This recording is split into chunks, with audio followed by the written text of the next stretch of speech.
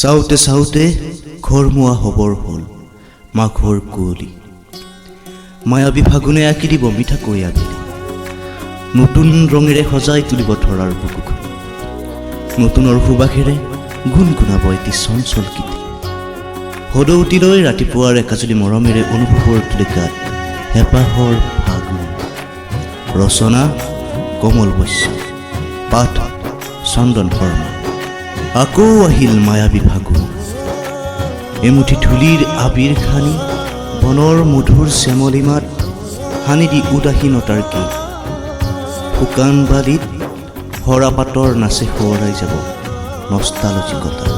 বাউলি পচুৱাই গাভৰুৰ উঠন বুকুৰ আচল সহায় আনি দিব এবুকু প্ৰেমৰ জোৰ। পলাশ মদাৰ শিমলু ৰঙৰ ৰঙীন আবিৰে কাণে কাণে কৈ যাব পোৱা নোপোৱাৰ বহু কাহিনী। আকাশৰ তুমি দূৰ আকাশৰ তুমি জোনৰ ৰেঙনি, তুমি মোৰ বুকুতে গোপনে গোপনে ৰলাহি, তুমি মোৰ বুকুতে গোপনে গোপনে ৰলাহি। ৰিঙা ৰিঙা হৃদয়ত কৃষ্ণচূড়াৰ ৰঙেৰে ৰঙীন হৈ নীলাখামত দি যাব বহাগ নামৰ সেউজীয়া দেশলৈ যোৱাৰ ঠিকনা।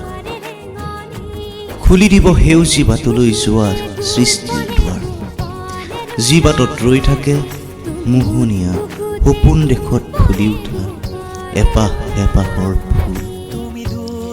ঋতুৰাজ বসন্তৰ আগলি বতৰা দি বোৱাই আনিব প্ৰেমৰ নিজৰা, প্ৰাণ চঞ্চলা হৈ উঠিব ডেকা গাভৰুৰ